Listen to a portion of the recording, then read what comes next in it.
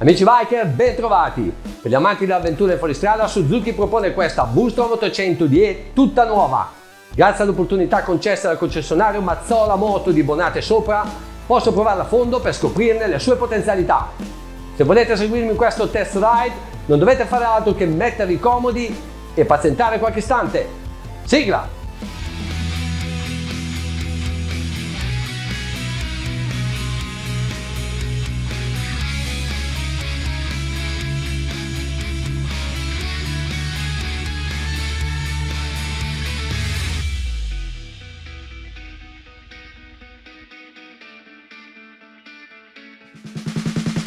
Fatto che per pochi particolari che non possono sfuggire alla vista, la linea di questa moto non sembra voler mettere in evidenza una particolare predisposizione all'off-road. Osservando alcuni componenti tecnici meno visibili a occhi inesperti e di cui vi parlerò in seguito, mi convinco di essere al cospetto di un fuoristrada verace. Prima di salire in sella per potervene parlare, voglio fare una precisazione su ciò che riveste questo telaio in acciaio, cioè le plastiche. Frequentando percorsi off-road, il rischio di una qualche caduta è da mettere in considerazione. Come molti sapranno, sostituire le sovrastrutture in plastica danneggiate ha dei costi veramente importanti. Suzuki ha pensato di non investire troppo su queste parti al fine di poter mantenere bassi prezzi per il loro acquisto. Ritenendo questa una soluzione saggia, voglio sorvolare sulla qualità da me percepita. Con questo non voglio dire che la loro robustezza sia precaria. Ciò che però salta all'occhio è la poca attenzione prestata alle rifiniture. Degno di nota il telaietto imbullonato a quello centrale, piuttosto che saldato. Soluzione questa obbligatoria su una qualsiasi moto votata al fuoristrada. I blocchetti sono semplici ma robusti. Il tasto primario, posizionato su quello di sinistra, è facile da azionare anche indossando guanti pesanti. Il blocchetto d'accensione è facilmente raggiungibile. I paramani sono ancorati al manubrio in maniera precaria, nel fuoristrada non possono offrire una protezione adeguata. E ora è arrivato il momento di mettere alla prova questa V-Strom 800DE per scoprirla più a fondo. Bastano pochi chilometri e vengo rapito da bellissime sensazioni. La sella è perfetta per la mia statura di 182 cm, l'imbottitura non è eccessivamente dura. Essendo più rastremata in prossimità del serbatoio, consente un appoggio ottimale dei piedi. Le pedane sono poco arretrate e ben distanziate. I miei arti inferiori risultano flessi a un angolo di soli 90 gradi. Il manubrio è largo e alto il giusto. Le spalle rimangono in una posizione di completo scarico, non dovendo distendere troppo le braccia. La porzione dedicata al passeggero è altrettanto confortevole. Il fatto di essere meno estesa obbliga a una posizione più ravvicinata ma senza creare intralcio al pilota. Questo fatto influisce positivamente sulla distribuzione dei pesi. Anche viaggiando in due, la stabilità della ciclistica e il piacere di guida non vengono compromessi minimamente. Ottimo l'appiglio per il passeggero. La protezione dall'aria è ottima con il cupolino maggiorato, trovato montato su questa moto ma offerto solo come optional. Si possono mantenere velocità elevate senza percepire alcuna pressione o turbolenza. La sua regolazione è possibile su 3 livelli, peccato che non ci sia un meccanismo per velocizzarne il procedimento. Anche i paramani offrono una buona protezione dagli agenti atmosferici. Gli specchietti non vibrano e sono adeguati nelle dimensioni. A bordo di questa V-Strom 800DE la sensazione di sicurezza è totale. La ciclistica rimane precisa e apparentemente inalterabile, anche superando importanti irregolarità del manto stradale. Uno dei meriti va al nuovo telaio in acciaio, il quale, ancorato al motore con una strategia, massimizza la propria rigidità torsionale. Le sue quote sono votate a ottenere il massimo della stabilità su ogni terreno. Di fatto il canotto di sterzo raggiunge i 28 gradi di inclinazione, l'avancorsa è di 114 mm e l'interasse di 1570 mm.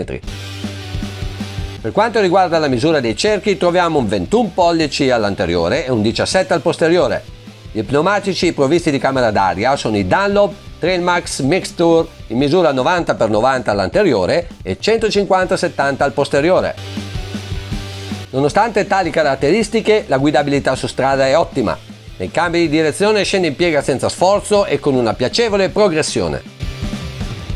Per chi volesse ottenere più reattività è sufficiente precaricare di poco il monoammortizzatore. Ricercando una guida più sportiva su strada, ho portato una leggera modifica alla distribuzione dei pesi. Per entrare in curva pinzato, considerando il mio peso di 78 kg e la lunga escursione della forcella, ho scaricato l'ammortizzatore posteriore di 4 click dai 22 riscontrati originariamente. Questo accorgimento è stato sufficiente per equilibrare al meglio la moto in questo frangente, senza dover intervenire sull'idraulica in compressione della forcella. Così ho potuto mantenere la massima copiosità senza alterare il comfort di prim'ordine. La forcella è una Showa completamente regolabile in compressione, estensione e precarico molla. Ottima la scorrevolezza. L'ampiezza di scorrimento è di 220 mm. Il monoammortizzatore è sempre di marca Showa. Anche su questo reparto ammortizzante è possibile, come sulla forcella, ogni tipo di regolazione. Considerando che questa possibilità è impraticabile sulla maggior parte dei modelli concorrenziali, direi che è il caso di dare una nota di merito alla Suzuki per quanto ha messo a disposizione.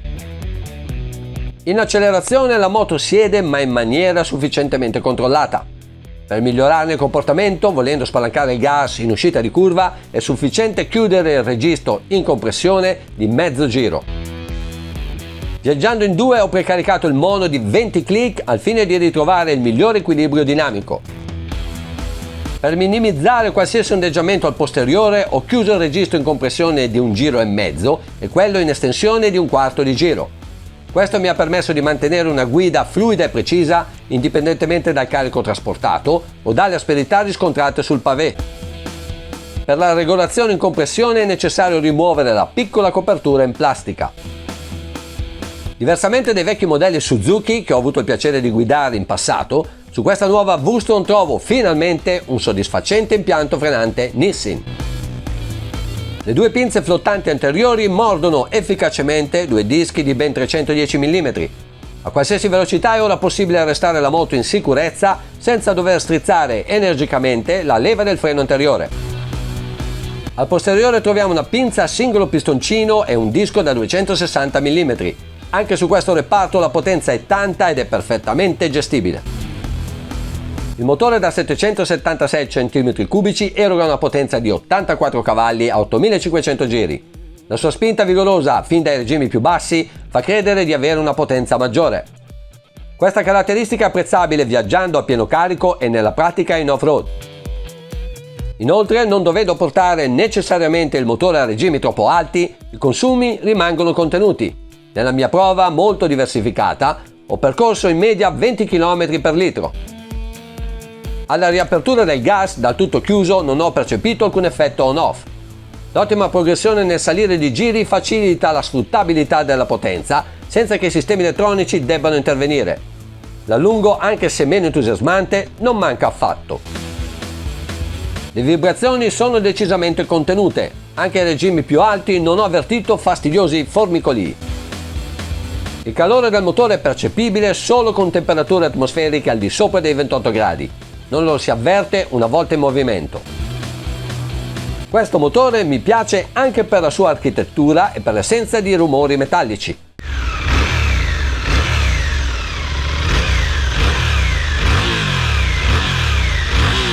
Lo scarico ha un tono di voce basso e educato.